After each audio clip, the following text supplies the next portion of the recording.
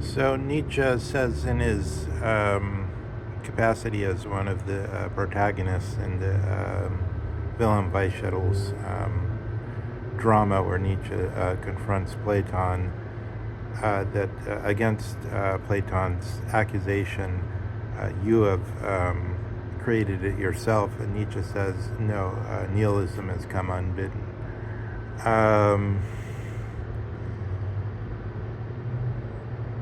Let's look at the question of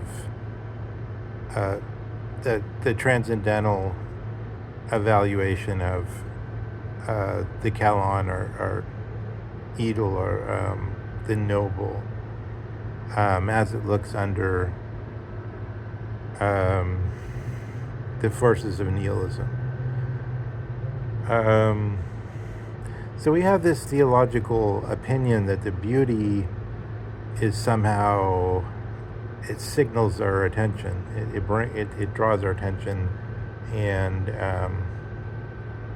it shows us the things that are great and important. So for instance, the Catholics would say the Michelangelo's chapel in the Vatican City, the frescoes.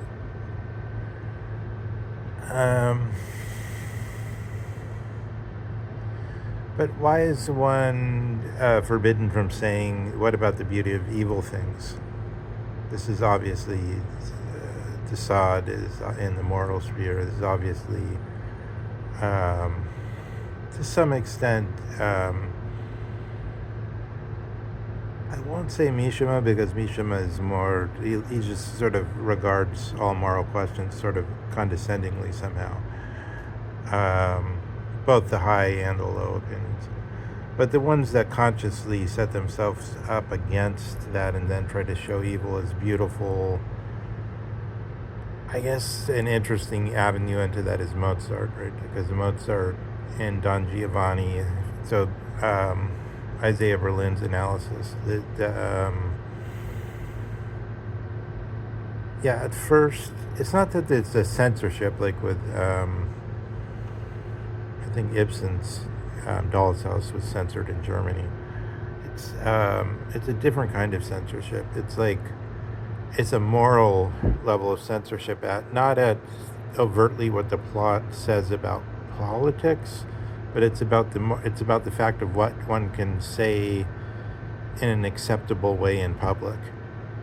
And so the question is, can you in an acceptable way in public show the life of a horrible criminal who's caused wrecked an endless number of lives, and then not show him punished at the end?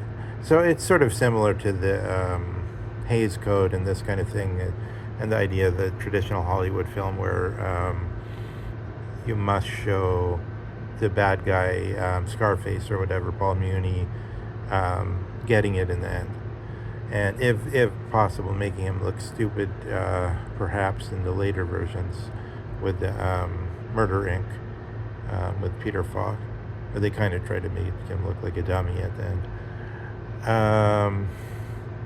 In addition to showing him his downfall.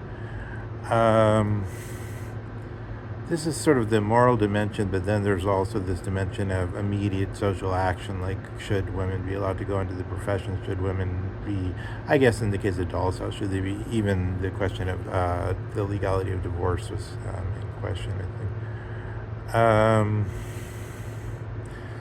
But then you look at certain figures, like from the Soviet period, and you get these almost divinely beautiful figures, like the one that Pasternak, so like Pasternak, they say, there are great means to say, and I suppose it's true, that it was not at all a homosexual relationship between Pasternak and Berlin that caused Berlin to say, I love Pasternak. And the reason was because Berlin was so fascinated by meeting a mind at the same level as his own. And Pasternak's figure of that, I don't know how the character is called, the guy on the train, the Soviet Jew on the train. I don't know if Pasternak he softens it, he doesn't make him a Jew. I think the real guy that it's based on It's like Yaakov somebody. Was a Jew, Jacob. And this is one of the, this is far more sinister than, Iron Felix or something like that. But beautiful, but somehow beautiful. Calon, noble almost.